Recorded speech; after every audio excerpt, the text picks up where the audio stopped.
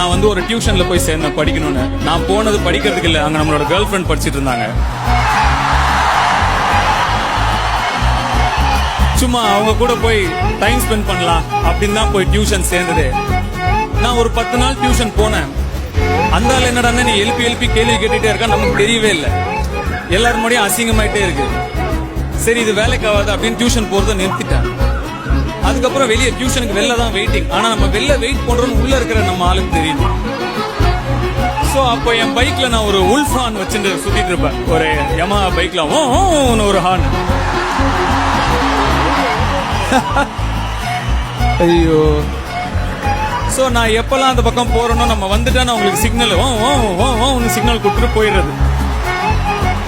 உள்ள இருக்கிற அவங்களுக்கு நல்லா தெரியும், ஓகே நம்ம ஆள் வந்துட்டா நமக்காக வெளில வெயிட் பண்றாங்க.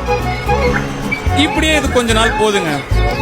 கொஞ்ச நாளைக்கு அப்புறம் அந்த வாத்தியார் உஷாராயிட்டார். எவனோ ஒருத்தன் வெளில இருந்து உள்ள சிக்னல் கொடுக்குறான் அப்படின்னு அவருக்கு தெரிஞ்சிருச்சு. ஒரு நாள் அவர் சொல்லியிருக்காரு, இப்போ உள்ள உக்காந்து எல்லாம் படிச்சிட்டு இருக்கீங்களே, நீங்க எல்லாம் நல்லபடியா எக்ஸாம் எழுதி டிகிரி வாங்கி ஒரு ஆள் ஆயிடுவீங்க. வெளியில ஒருத்தன் ஓம் சவுண்ட் கொடுத்து சுத்திட்டு இருக்கான் பாரு, அவன் நடுத்தெருல கூத்தாட தான் போறான்னு சொன்னான்.